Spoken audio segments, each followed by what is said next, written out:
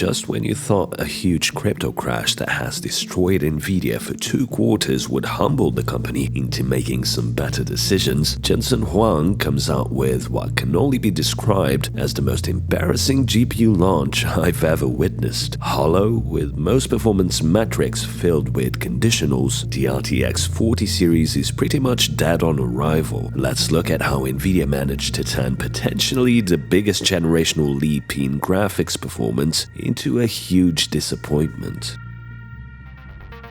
Today's video is sponsored by urcdkeys.com. If you buy a retail Windows 10 key, you will probably spend $100 or more. But if you buy an OEM key using a service like URCD Keys, it will be less than $15 after you use the coupon code C25. The keys work globally, and if you want Windows 11, what I recommend you do is just buy Windows 10 and get a free upgrade while you can. Personally, I use Windows 10 Pro. Once you've made your purchase, using a variety of different payment options available, you will instantly find the key in your purchased orders on the website. Click Get Keys and copy the key. Then, after you've installed Windows 10 Pro, of course, in Windows press Start and type in Activate and click on Activation Settings. Then click Change Product Key, paste in the code and click Next. That's it. Quick and easy, and your Windows is now activated. If you need Office 2021 Professional,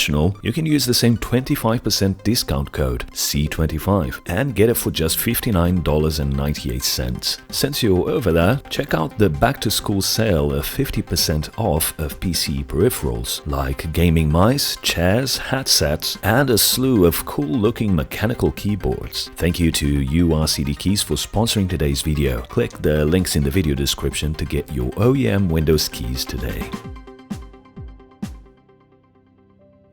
Jensen Huang started the presentation with a new demo called Nvidia Racer. I guess he lost his marbles, as we'll see in a second. The Racer demo makes use of all the Nvidia technology introduced over the last few years, with an emphasis on RTX, of course. The demo has nice visuals, but without context like what hardware it is running on or a point of comparison, it really doesn't say much. We know it was running on an AMD GPU, but what about other components? How does Racer X run on previous gen or competitor products? Well, it will be released as an interactive demo, so if you own a 40 series GPU, you'll be able to play around with it. I'm interested in trying this out. I wonder if moving from baked assets to realistically simulated ones has any actual bearing on one's experience. How does it feel to play? Any different than traditionally created 3D content? We'll have to wait and see. On a side note, I like the idea of GPU manufacturers creating their own interactive demos to showcase their products, showing what could be achieved when the hardware is fully utilized. This is something Intel and AMD should take note of. Next, Jensen introduced Ada Lovelace, the new consumer microarchitecture that's ushering in a new generation of RTX GPUs. According to Jensen Huang, TSMC's 4N process was actually created in collaboration with Nvidia and optimized for GPUs. Not sure what that says about AMD's use of 5N for RDNA 3 instead of 4N. To me, this sounds more like marketing speak than anything else, but one should never underestimate the importance of node shrinks. Not to take away the phenomenal work that chip engineers do, but 90% of what's great about Ada will be thanks to TSMC. Make no mistake, and the same applies to AMD. Ada Lovelace has up to 76 billion transistors, 90 shader teraflops, and 2 times the power efficiency, and 70% more cores than Ampere. A new ray tracing core and a new tensor core were also introduced. Nvidia claims that the introduction of shader execution reordering results in a more efficient processing of ray tracing workloads. So we're seeing a doubling down on ray tracing, a feature few people have cared about, up until now at least. product. At the end of the day, it's how all this translates to actual performance that matters, and one should remember that Nvidia always finesses us with their presentation numbers. I doubt there's much hype around the 40 series, but if you are getting hyped, temper your expectations until actual reviews come out. Actual independent reviews, like the ones you'll be getting on this very channel for other unrelated products very soon, are what you should use as a basis for your purchases. Not to get too down on new tech, Nvidia did announce a couple of very exciting things. The first one being a doubling down on DLSS with the introduction of DLSS 3. According to Nvidia's Brian Catanzaro, every 7 out of 8 pixels in a DLSS 3 processed image are AI generated. A new optical flow accelerator was introduced as part of DLSS 3. If you've used optical flow in the past in something like Adobe Premiere, it basically reduces any shakiness or artifacting in motion. So I'm guessing here Nvidia will do the same thing, but in real time. One of the complaints people had over DLSS 2 was the artifacting that happens in some highly detailed objects in motion, like the horse's tail in Red Dead Redemption 2. The optical flow accelerators are supposed to fix such issues. At least that's what I gathered. Unfortunately, relying on these optical flow accelerators means that DLSS 3 is not supported on Turing or Ampere, so 2000 and 3000 series owners are, again, left behind by Nvidia. I have nothing against new advancements that entice people to upgrade. At the end of the day, features are becoming the main selling point of upgrading, but still, I'm pretty sure that when AMD introduces FSR 3 and it works on all recent AMD's GPUs and Nvidia GPUs even, Nvidia will be forced to introduce some form of support for DLSS 3 on their older cards. Why not just do it from the get-go and score some points with the community that has supported your business buying extremely overpriced GPUs over the last 4 years? Also, it should be noted that as these upscaling techniques get more and more complex, they also introduce more latency. Analyzing these frames with AI doesn't come for free, even with accelerators, and it remains to be seen how DLSS 3 actually feels like when playing games versus native resolutions. Nvidia showed a demo of Cyberpunk 2077 running with ray tracing on and DLSS 3 turned on, resulting in an uplift from approximately 23 FPS to around 95 FPS. Very impressive, but again, wait for independent testing. More interestingly, we got a sneak preview on the Nvidia promotional YouTube channel Digital Foundry, who got early access, and it's difficult to judge based on compressed YouTube footage, but the gameplay shown looks promising. I couldn't spot any artifacts or weirdness in the generated picture, although only in real use can you really make a judgment call. We've yet to see a perfect image reconstruction in anything AI related, and native 4K gaming is detailed to the point where I don't know if AI upscaling will ever match it, but if it's 95% there and the performance benefits are this massive, I think it could be a compromise that's worth it for a lot of people. DLSS 3 could be a killer feature. I'm a graphics hoe at heart. I'm the sort of person who will spend more time modding games with 8K texture packs than actually playing the games, so DLSS and FSR are not for me, but I'd say most people favor extra performance over extra fidelity if they can only choose one. Next up was Portal, the original, now with RTX support. Sure,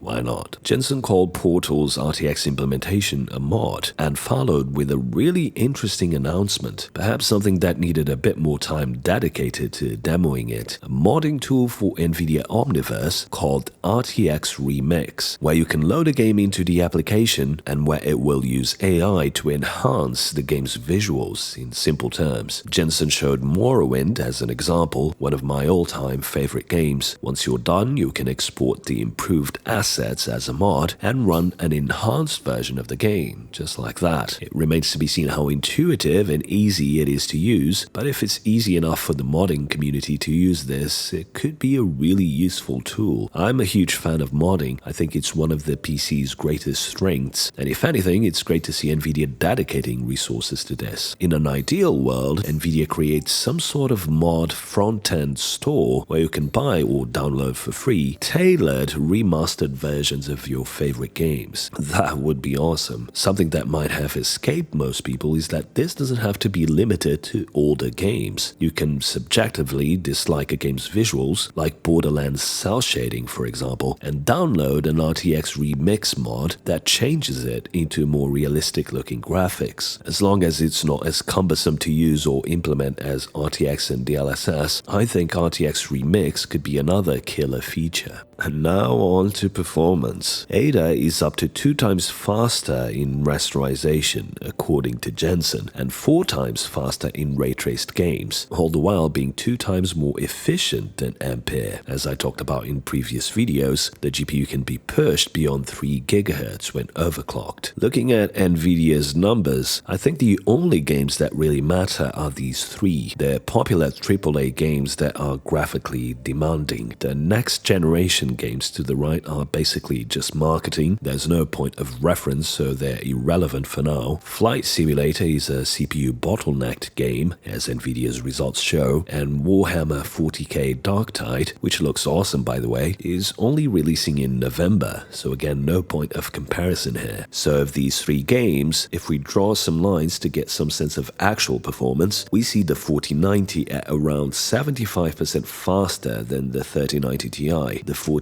16GB at around 25% faster, and the 4080 12GB, which is effectively a 4070, and we'll get to that in a second, at about 10% slower than the 3090 Ti. This in Resident Evil Village. Interestingly, the 3080 16GB has the same uplift in other relevant games. In Assassin's Creed Valhalla, the 4090 is about 49% faster than the 3090 Ti, and in The Division 2, another Ubisoft game, the 4090 looks to be about 60% faster than the 3090 Ti. The 4080 12GB stays on par with the 3090 Ti for the most part. So looking at rasterization, we see that the 4090 is on average about 61% faster than the 3090 Ti. We know that Nvidia will eventually launch a 4090 Ti, and perhaps that one will indeed be twice as fast as the 3090 Ti, but as it stands, based on Nvidia's data, it looks like the 4090 is well under the claimed 2x. Getting a 60% uplift on average at the end of Moore's Law is certainly impressive, and if one were paying, say, $800 for such a GPU, then I think this launch should be celebrated as one of the greatest generational uplifts in GPU history. Instead, Nvidia made a complete mess when it comes to pricing. The 4090 comes with 24 gigs of GDDR6 and is $1,600. A month ago in my predictions, I had the 4090 at $1,549, which is $50 lower than the actual price. My reasoning was sound if you go back and watch the video, and Jensen seems to have reacted to the current market as expected. However, the 1080 Ti, which represented a similar jump gen to gen, at the time of launch being 67%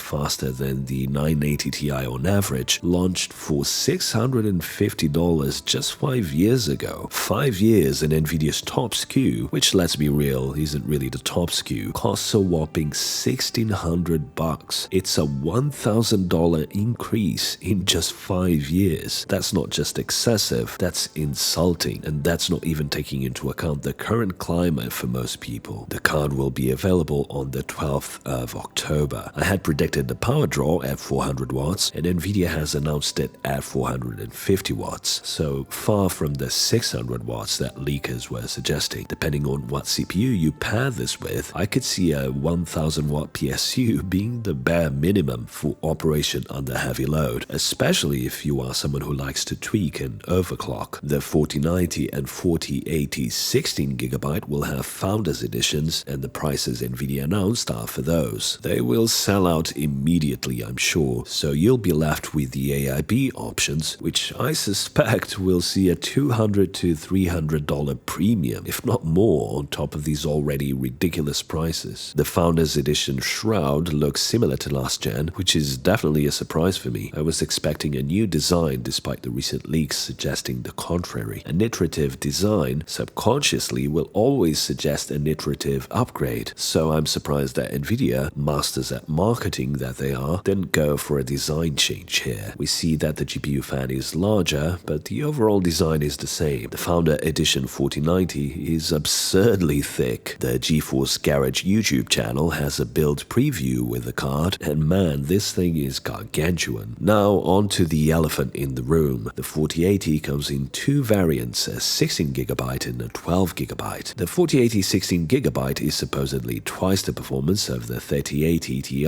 and costs $1,200, while the 12GB model is a whopping $900. According to Nvidia's own specs sheet, this 12GB model is a significant downgrade to the normal 4080, with roughly 2,000 less cores, while clocking a measly 100 MHz higher. This 4080 12GB is essentially a 70 class, not even a 70 Ti class. So last gen this would have been the 3070, except Nvidia is asking $900 for it. While I can see the 4090 being to some degree, if you really squint, justifiable at $1,600, given it will be the fastest GPU on the market until AMD comes out with the RDNA 3 or Nvidia themselves launch the 4090 Ti, and the performance increase is there, I think the 4080s are an absurd ripoff. In the games shown, the 4080 12GB barely matches the 3090 Ti, which is already selling for $900 on eBay, and one can be sure it will continue to drop. Nvidia is effectively selling you a 4070 for $900. Let that sink in. The 4080 16GB at $1,200 is not only an insult to consumers' intelligence, but way too close to the 4090 to ever make any damn sense. Someone spending $1,200 on a GPU shouldn't have trouble spending an extra $400. The 3080 launched at $700, and its replacement is now almost twice that. I don't know what Jensen is smoking, but I want some of that. So while it's true that making a card on TSMC's 4N must have been incredibly expensive and Nvidia needs to recoup the costs, and from Nvidia's own numbers the performance jump does seem significant for one to see a difference, especially playing at 4K. In the current market, with eBay being flooded with GPUs that are more than capable of running anything you throw at them, I think Nvidia's pricing here is really just a placeholder until the market corrects itself. Nvidia is basically inviting you to either buy existing models like the 3090 and 3090 Ti or buy the 4090, making both 4080s completely unbuyable. And I can only imagine what the prices will be here in Europe. Even the 4080 12GB should be north of 1,000 euros. Do not buy a 70 class GPU for $900. Let me emphasize this. If you buy a 4080 12GB, you are buying a 4070 for $900. Don't do that to yourself. So once the market corrects and Nvidia further segments the Ada lineup, you can expect the 4080 16GB to come down to around $800 where it should be. Maybe then it could be worthy of a purchase. The 4080 12GB will have to come down to $400 for me to even pay attention, honestly. I don't like being played, and Nvidia is playing when it comes to this launch. This is beyond greediness. This is a complete disrespect for gamers' intelligence. For the most part, if there's one consumer segment that's still demanding and informed, it's the PC gamer. This launch is an affront to PC gamers right at the end of a crypto crash of all things, with Nvidia benefiting massively from the last crypto rally at the expense of gamers' options for purchases. I think Nvidia's investment in technological innovation and the fact that they never sit on their laurels in any segment they're involved in should be commended, but there's a limit to how much insult I can take. $900 for a 4070? $1,200 for a 4080? Not even the Ti version? You have to have some balls of steel to come out and make this announcement with a straight face. I'll give Jensen that. This is the worst GPU announcement for gamers that I can remember. It's an absolute disgrace. It would be a disgrace in normal market conditions, but in the cusp of a recession coming out of a crypto crash, this is just an outright insult to gamers. I can't emphasize that enough. I think people have been gradually conditioned to not take this as the insult that it is. It's the old boiled frog story, but let me tell you this. If you buy a 40 series card at these prices, you are killing the PC gaming hardware industry. It's that simple. So I would like to encourage you to protest with your wallet and give Nvidia what they deserve, your unwavering indifference. I think it's about time PC gamers stop this nonsense from these companies. If you need a GPU, buy one from eBay. You can get your money back, no questions asked, even if the seller says he doesn't accept returns. eBay will always side with you. Don't validate what Nvidia is doing here. The rest of the presentation, I presume, revolved around things I've already covered in the past, like the metaverse, self-driving cars, etc. I didn't even bother watching as there's nothing more valuable to me than my time, and there's a limit to how many times I can hear Nvidia preaching the same damn things. Now, AMD didn't take long to respond to today's announcement, making their own announcement that RDNA 3 will be launched, yes, they said launched, on November 3rd.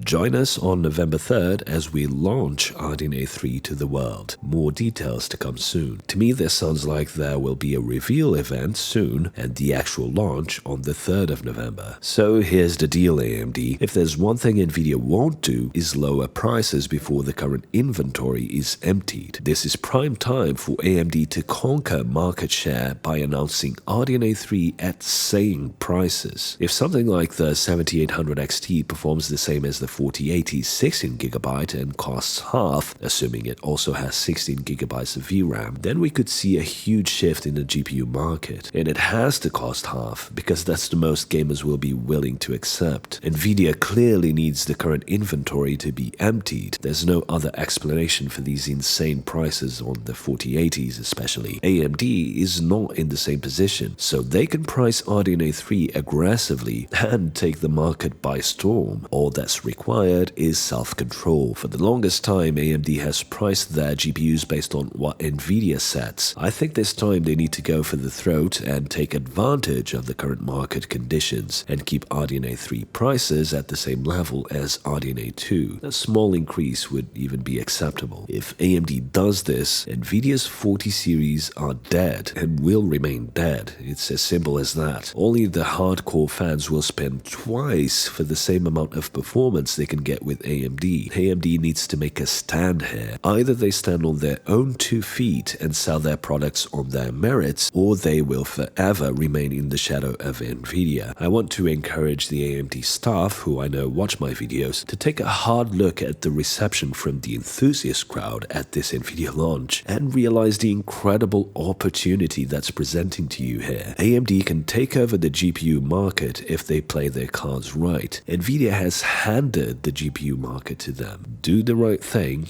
don't get greedy, and PC gamers will reward you. So to conclude, Nvidia's modding tool RTX Remix ended up being the star of the GPU-related announcements, and unfortunately, even though a huge jump in performance like this should be celebrated, Nvidia is now reaping the rewards of indexing their company to crypto mining, now being forced to price their GPUs in a way that no sane person will be interested in buying. Wait for reviews, but as things stand, you shouldn't be buying any of these GPUs. The 4080s especially are a sick joke. Real-time ray tracing still hasn't convinced me it's worth turning on, and the DLSS 3 is up in the air until I test it for myself. This is, bar none, the most disappointing GPU release I can remember. Here's hoping AMD will do the right thing.